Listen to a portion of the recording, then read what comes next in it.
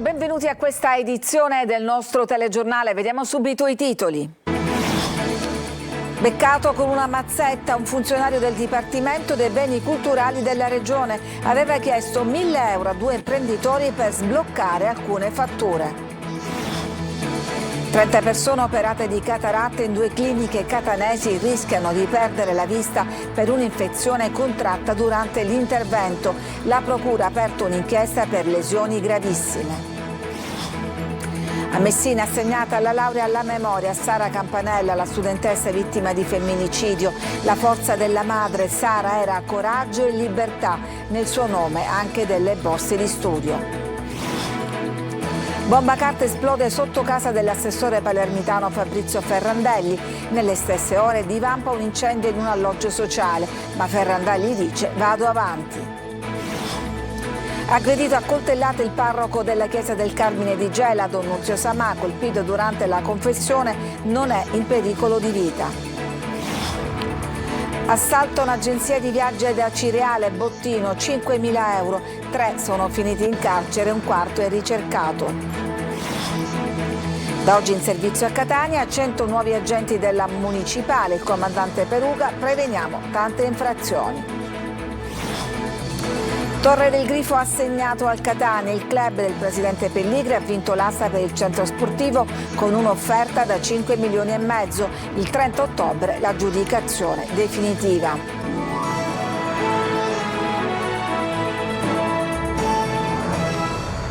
Funzionario della Soprintendenza del Mare è stato arrestato in flagranza dalla Guardia di Finanza di Palermo mentre intascava una mazzetta. Sentiamo Manlio Viola. Bloccato mentre in tasca 1.000 euro in contanti. Secondo caso di mazzetta indiretta nel giro di poche settimane nell'amministrazione pubblica siciliana. Questa volta ad essere colto in flagranza è l'architetto Antonio Librizzi, funzionario della Soprintendenza del Mare della Sicilia, Dipartimento dell'Assessorato regionale ai beni culturali. Librizzi è stato fermato dalla Guardia di Finanza subito dopo aver ricevuto il denaro da un imprenditore nei confronti del quale avrebbe avanzato insistenti richieste per sbloccare una pratica. Era stato proprio l'imprenditore a denunciare le pressioni e a far scattare la trappola.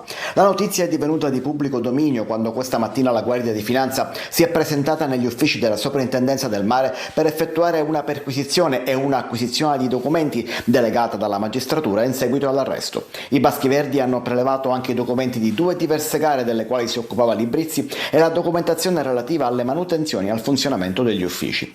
La vicenda è simile a quella di qualche settimana fa quando la polizia ha arrestato in flagranza un funzionario dell'ASP di Palermo che aveva appena incassato una mazzetta. In quel caso però le manette erano scattate anche per il presunto corruttore, mentre in questa occasione l'imprenditore aveva denunciato le pressioni. L'accusa mossa a Librizzi adesso è di concussione.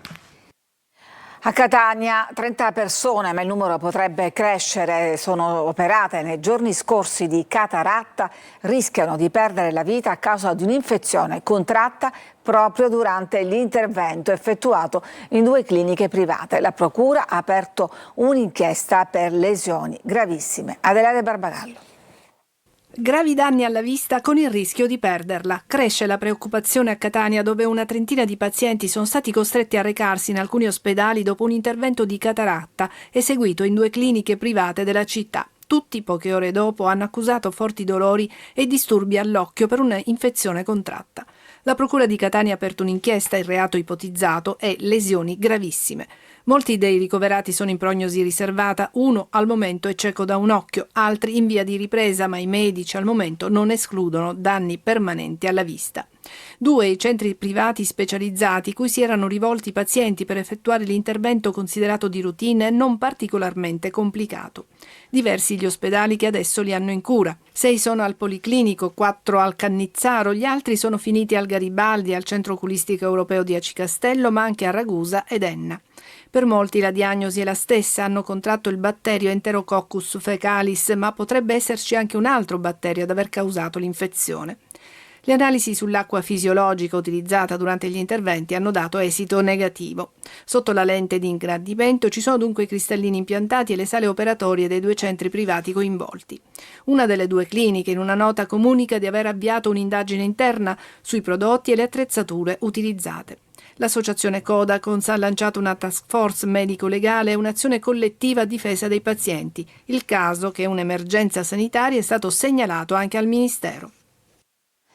A Messina tanta commozione per la consegna della laurea alla memoria che l'università ha attribuito a Sara Campanella, la studentessa vittima di femminicidio. Era coraggio e libertà, ha ricordato la mamma. Sentiamo Francesco Triolo.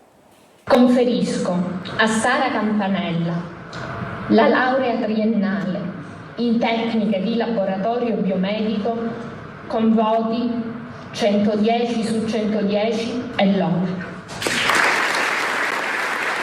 La voce rotta dalle lacrime della rettrice dell'Università di Messina Giovanna Spatari nel conferire la laurea alla memoria a Sara Campanella, le lacrime di mamma Cetti nel ritirare quella pergamena che la figlia desiderava, aspettava dopo aver sostenuto tutti gli esami, lacrime che oggi dovevano essere di gioia, non di sangue, ripeteva il padre Alessandro. Oggi siamo qui per renderle omaggio, memoria viva, perché Sara merita di prendere la laurea. Noi porteremo sempre la luce di Sara ovunque andremo. Sara era coraggio, era libertà e io non posso essere meno di quello che Sara è stata. Un'aula magna stracolma di autorità, ma soprattutto di giovani, studenti, colleghi e colleghe che hanno voluto esserci. È toccata all'amica Martina discutere la tesi iniziata da Sara e completata dai suoi colleghi, perché la sua morte è una ferita per tutta la comunità. L'esperienza drammatica che ha vissuto questa comunità, affinché la morte di Sara non sia avvenuta invano, deve essere un monito per tutti. La Regione metterà a disposizione delle borse di studio che porteranno il nome di Sara Campanella. Ogni tesi, ogni borsa di studio, ogni ricerca sarà una voce in più, ha detto la rettrice. La famiglia invece continuerà la sua opera di sensibilizzazione. La violenza è anche quella che non si vede, quella che non è visibile, quella che non si vede soltanto dai gesti, da parole, offese, ma anche quella che non si vede, anche il minimo dubbio. Bomba carta esplosa sotto casa dell'assessore palermitano Fabrizio Ferrandelli. Negli stessi minuti scoppiava un incendio in un appartamento sgomberato, ma Ferrandelli dice: andiamo avanti. Marco Gullà. Un boato forte nella notte, paura, panico. Una bomba carta è stata esplosa nei pressi della casa dell'assessore all'emergenza abitativa del comune di Palermo Fabrizio Ferrandelli. Parallelamente la casa vandalizzata a Borgo Nuovo, che doveva essere consegnata a una famiglia come aveva denunciato Ferrandelli, è stata data alle fiamme. Due episodi collegati, inquietanti e preoccupanti. Sulla bomba carta al momento non si esclude alcuna ipotesi, compresa la pista di una vera e propria intimidazione contro l'assessore, che però non si ferma e dice: andiamo avanti. Indietro non si torna, l'amministrazione comunale è intenzionata ad andare avanti nel percorso di legalità sull'assegnazione degli immobili secondo la lista delle emergenze abitative, e soprattutto nessun gesto di singoli violenti può intimidire un'istituzione che è determinata ad andare avanti nel proprio lavoro. Dalla casa vandalizzata all'incendio, poi la bomba carta esplosa vicino casa di Ferrandelli, una sequenza che ha una matrice criminale. Gli interventi contro le occupazioni abusive sono sempre più frequenti a Palermo. Proprio nei giorni scorsi l'assessore aveva dato notizia di altre 4 case popolari acquisite nuovamente al patrimonio del comune. Momenti di paura questa mattina a Gela. Con la scusa di confessarsi, un uomo ha aggredito il parroco Don Nunzio Samà. Sentiamo GR Italia.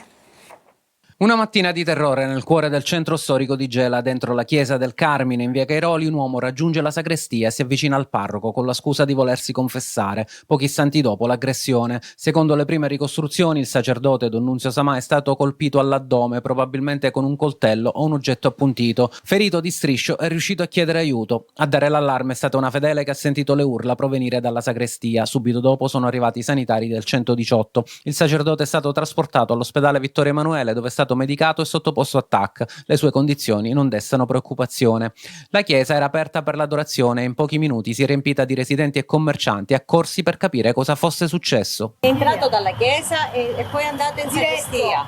Diretto. E la signora dice: ma questo perché sta andando? E poi l'ha visto uscire. E poi ha sentito subito l'urlo, aiuto. E la signora poi ha visto uscire a questo qui. Il sacerdote era cosciente e aveva sangue che gli dalla pancia. Aveva sangue, io l'ho visto. Sì, è rimasto qua un po' seduto con la sete nel tempo che venisse l'ambulanza. L'aggressore, descritto come un uomo con gravi disagi sociali, è riuscito a fuggire subito dopo. I carabinieri del reparto territoriale stanno esaminando le immagini delle telecamere di videosorveglianza della chiesa e dei negozi vicini. Nessuno però riesce a spiegarsi come la violenza possa entrare fin dentro un luogo di preghiera. Don Nunzio adesso è fuori pericolo, ma lo shock per la comunità resta profondo.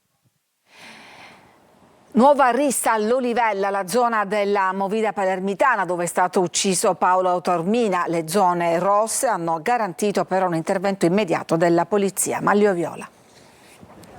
Non accenna a placarsi la violenza in centro a Palermo, non bastano le zone rosse per evitare gli scontri nell'area dove 2 sabati fa è stato ucciso Paolo Taormina. Una nuova rissa con 20 ragazzi coinvolti è scattata nella notte proprio in zona Olivella.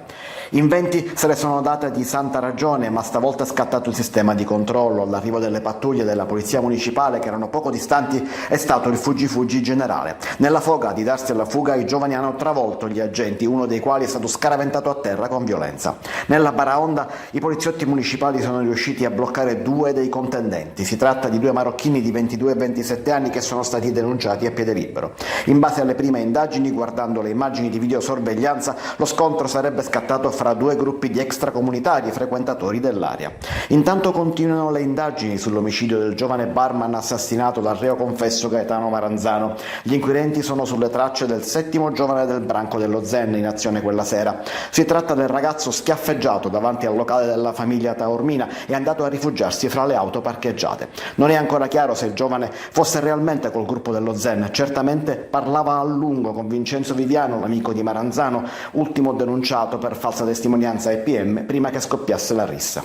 Almeno 6 ragazzi, Maranzano più 5 denunciati fino ad ora, vengono comunque dallo Zen. Nel quartiere mercoledì si riunirà la Commissione parlamentare regionale antimafia, un incontro aperto a tutti dopo i 3 blitz in 10 giorni da parte delle forze dell'ordine, un invito agli abitanti a ripudiare la violenza e interrompere questo circolo vizioso. L'assalto a un'agenzia di viaggi di Acireale, ora in 3 sono finiti in carcere mentre un quarto è ricercato. Orazio Longo.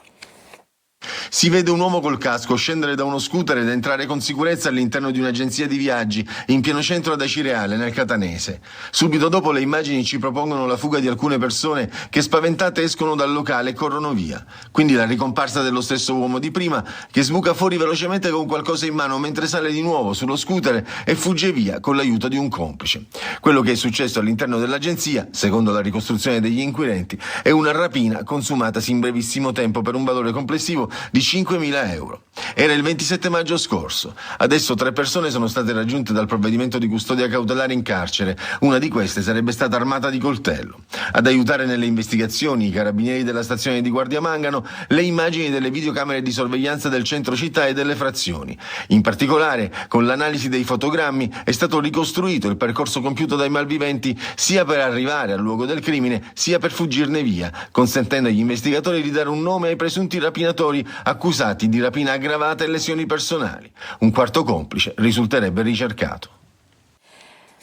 Dormivano nelle stalle. I carabinieri hanno scoperto una mini baraccopoli allestita in un'area comunale di Caltabellotta, senza acqua né luce né ovviamente riscaldamento. Ci dormivano 8 cittadini stranieri di origine marocchina e tunisina, forse impiegati come braccianti per la raccolta delle olive. Ci fermiamo, c'è una pausa per la pubblicità, torniamo tra poco con altre notizie.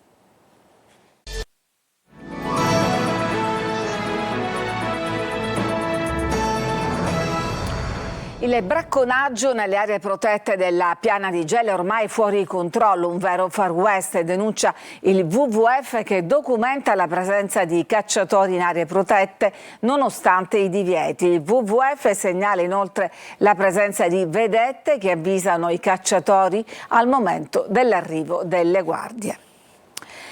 A Catania ad oggi in servizio 100 nuovi vigili urbani. Il comandante della municipale Peruga dice importante la nostra presenza sul territorio per prevenire numerose infrazioni. Tonino De Mana.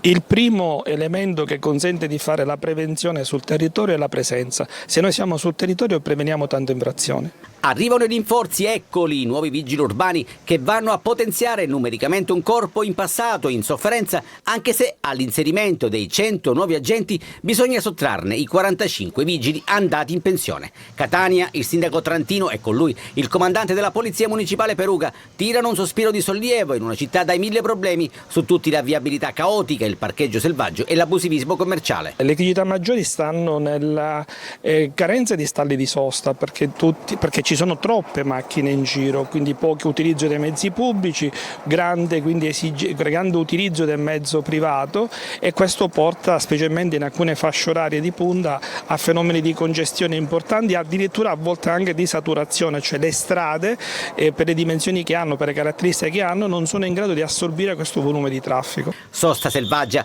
fronteggiata fin dall'insediamento con l'introduzione delle ganasce. Qui siamo nel perimetro di Piazza Lanza. E gli effetti iniziano a vedersi, perché nelle zone dove siamo intervenuti con incisività il fenomeno si è ridotto, addirittura in qualche caso non è più presente. Questo ci fa ben sperare, perché la finalità è quella di garantire la fruizione della zona, non quello di penalizzare il cittadino. Meno agenti negli uffici, più vigili in strada, con il costante presidio in punti nevralgici, in prossimità di scuole ed ospedali. In queste immagini le prime multe in via Lavaggi. In mattinata, nuovi e vecchi agenti hanno dato un contributo personale, donando il sangue. Uno dei primi a farlo, quasi a dare l'esempio, è stato proprio il comandante Peruga. L'arte e la musica come veicolo per sensibilizzare i giovani contro la violenza. A Palermo prende vita Fai la tua parte. Sentiamo Desiree Ferlito. Ricchioni che sgranavi al mondo, grani dispersi di un rosario. La metamorfosi di un fiore, il nuovo singolo di Aida Satta Flores con la collaborazione di Amedeo Minghi, scelto per Fai la tua parte, un'iniziativa che invita a riflettere sulla violenza di genere e sulla necessità di un cambiamento, non a caso rivolta ai giovani e agli studenti del liceo classico Giuseppe Garibaldi di Palermo. Si sviluppa attraverso teatro, musica, mostra e videoclip, coinvolgendo artisti, scuole e realtà sociali del territorio. Daniela Poggio e Mariella Nava sul palco del Cineteatro Colosseum interpretano Figlio non sei più Gio, un toccante monologo di una madre che si rivolge al figlio femminicida, invita i ragazzi a guardare il tema da un altro punto di vista. Ma tu non eri così, tu eri, io non so più com'eri. Sensibilizzazione, presa di coscienza, di cui Aida Satta Flores, nota cantautrice italiana, si è sempre fatta portavoce. Distribuire gentilezza a casaccio è quello che manca all'umanità. Si distribuisce violenza a casaccio. Un percorso toccante tra musica ed eventi dedicati alla lotta contro la violenza di genere, con la potenza evocativa di quei volti di tutte le donne vittime di femminicidio, fiori recisi nel pieno della vita, in sala come immaginarie spettatrici.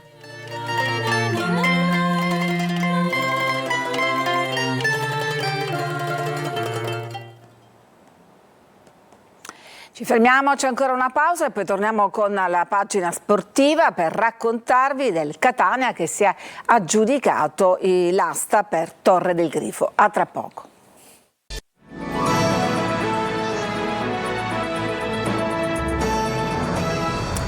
Si è conclusa alle 13 l'asta per l'aggiudicazione del centro sportivo di Torre del Grifo. L'offerta più alta, arrivata pochi secondi prima del gong, è stata del Catania di Ross Pelligra, che esprime soddisfazione. Francesco Triolo. Ci sono voluti 3 rilanci e arrivare ad un'offerta di 5 milioni e mezzo di euro, ma alla fine il Catania Football Club mette le mani sul centro sportivo di Torre del Grifo. A meno di variabili legate all'arrivo di nuove offerte entro il 30 ottobre, la struttura di Mascalucia va quindi a Ross Pelligra. La sta telematica con un intenso botta e risposta ha visto concorrere il presidente del Catania con l'Aurora società con sede a Belpasso ed espressione di una cordata formata da imprenditori siciliani, tra cui il palermitano Vincenzo Rappa e i catanesi Francesco Russo Morosoli, Carmelo Stivala, Gaetano Vecchio, Giorgia Bartolini e Andrea Spina, che si sono spinti sino ad un'offerta di 5 milioni e 250 mila euro. Per l'assegnazione definitiva del centro si dovrà ora attendere il 30 ottobre, termine entro il quale sarà possibile formulare una nuova offerta, a patto che sia almeno del 10% superiore a quella fissata al termine dell'asta. Ma Ross Pelligra può concedersi un sorriso, anche se non è ancora finita, commenta il proprietario del Catania in una nota: mi sento molto soddisfatto per questo primo esito favorevole relativo al progetto di acquisizione di Torre del Grifo. Ci ho messo tutto il mio cuore e la mia passione, l'ho fatto per Catania, per la sua gente, per tutti noi tifosi rossazzurri. Credo molto in Vincenzo Grella e in tutto il suo gruppo di lavoro e non lo deluderò mai, ha detto. Aspettiamo la data conclusiva di questa importante operazione che per ora ci vede in vantaggio. Le parole di Ross Pelligra. È tutto per questa edizione, grazie per averci seguito, vi auguro una buona serata.